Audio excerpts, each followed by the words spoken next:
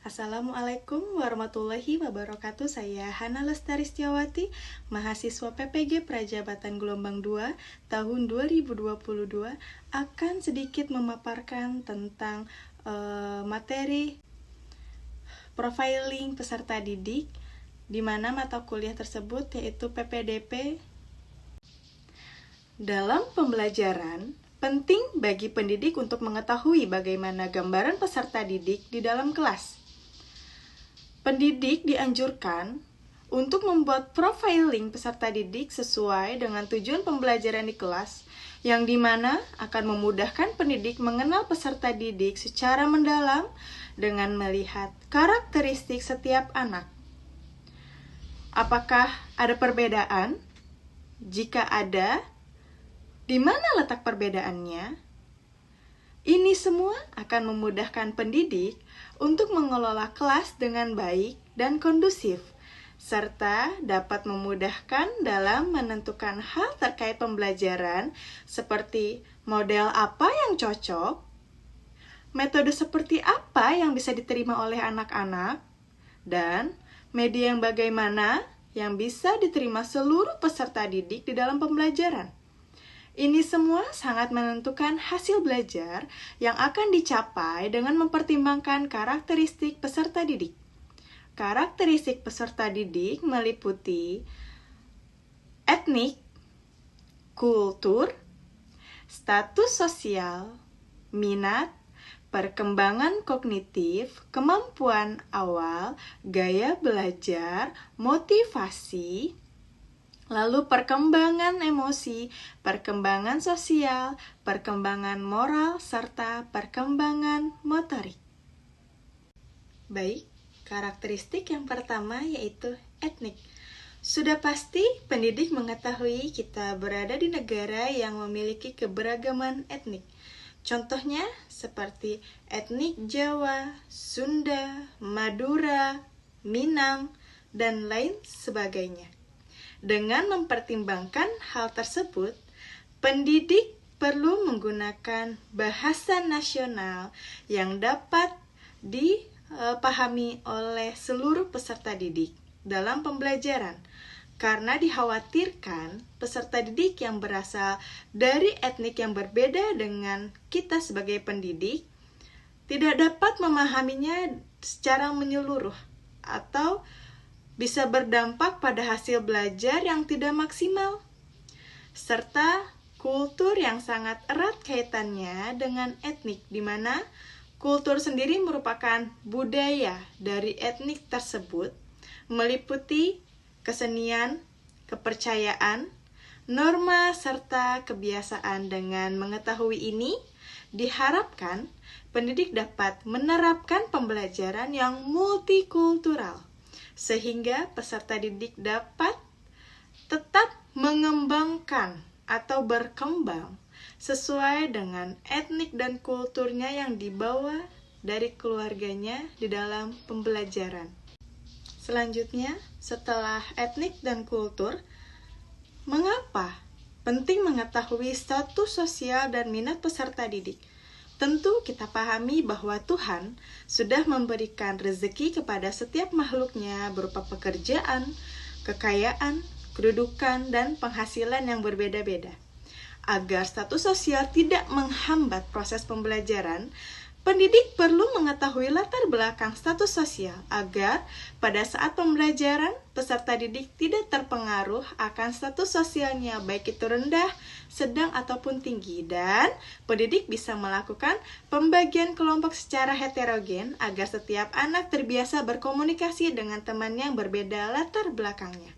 Sehingga peran pendidik sangat penting untuk memberikan arahan kepada peserta didik agar bisa bersama-sama menemukan solusi dalam pembelajaran, baik dengan teman yang setara ataupun tidak. Selanjutnya, berhubungan dengan minat.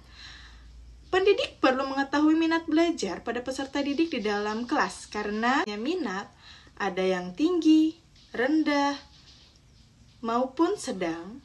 Itu semua bisa dilihat di dalam indikator perasaan senang peserta didik akan materi tersebut, ketertarikannya kepada pembelajaran, perhatian atau fokusnya pada proses saat pembelajaran, keterlibatan langsung peserta didik pada saat kegiatan belajar, serta apa fungsinya pembelajaran tersebut bagi peserta didik itu sendiri. Dengan mengetahui indikator minat, pendidik dapat mengembangkan minat peserta didik sesuai yang dimilikinya.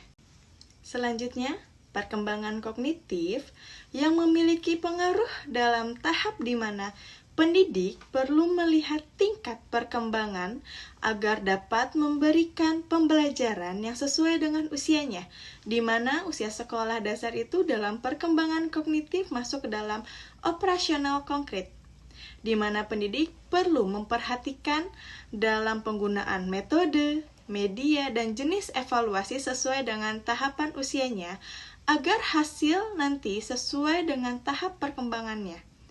Pendidik juga perlu menyadari bahwa setiap anak sudah membawa pengetahuan awal dari lingkungannya, baik di rumah maupun saat perjalanan menuju sekolah. Maka dari itu, pendidik perlu melakukan tes awal sebelum masuk ke pembelajaran agar dapat menyamakan perspektif setiap peserta didik dan menentukan pembelajaran yang akan dilakukan. Kenapa penting mengkonfirmasi kemampuan awal? Agar pendidik dapat melihat anak mana yang sudah sangat siap dan mana yang belum siap. Jadi, untuk menyatukan, perlu dilakukannya pretest atau tanya jawab, ya biasa disebut sebagai pertanyaan pemantik, guna menumbuhkan berpikir kritis bagi peserta didik. Baik, selanjutnya yaitu gaya belajar dan motivasi, di mana gaya belajar peserta didik itu sangat beragam. Ada yang dari audio atau mendengarkan, ada yang visual dari dia melihat gambar, ada yang kinestetik dengan dia ikut aktif dalam membuat proyek atau praktikum, ada yang menulis dan dia membaca. Setelah membaca materi ini dan saya pelajari lebih dalam, ternyata gaya belajar peserta didik itu sangat beragam, sehingga kita sebagai pendidik perlu memahami gaya belajar peserta didik kita di dalam kelas agar kita bisa memberikan kebebasan kepada mereka untuk belajar di kelas sesuai yang mereka inginkan, dengan batasan-batasan mereka tetap tertib, mengikuti aturan main kita, tetapi kita memberikan kebebasan karena setelah melakukan pembelajaran ini, saya paham bahwa ada anak yang memang membutuhkan pensilnya atau penanya serta bukunya untuk menulis. Menulis apa? Menulis. Selanjutnya, perkembangan emosi, di mana suasana pembelajaran akan sangat menentukan hasil. Bila suasana yang dibuat merupakan emosi positif, maka dapat membantu proses pembelajaran. Tetapi, jika emosi yang dibuat oleh pendidik negatif yang tercipta di dalam pembelajaran, maka dapat menghambat proses pembelajaran itu sendiri. Maka dari itu, pendidik diminta untuk mengetahui keadaan emosi peserta didik yang dibawa dari rumahnya agar dapat menciptakan pembelajaran yang menyenangkan dan tidak membuat frustasi atau takut dari diri peserta didik. Berkaitan dengan emosi, di mana perkembangan sosial juga mempengaruhi pembelajaran peserta didik, di mana peserta didik bersosialisasi dengan temannya di kelas, di rumah, maupun di lingkungan masyarakat yang lebih luas. Karena bila perkembangan sosial peserta didik mengalami hambatan, maka proses interaksi dirinya dengan lingkungan akan mengalami hambatan, sehingga tidak maksimalnya hasil yang didapat. Maka dari itu, pendidik perlu menyadari akan hal itu agar dapat membantu peserta didik mengembangkan kemampuan tersebut. Lalu selanjutnya yaitu perkembangan moral, di mana peserta didik sudah mengetahui tindakan atau perilaku yang dapat dinilai seperti baik buruknya, benar salahnya, pantas atau tidaknya.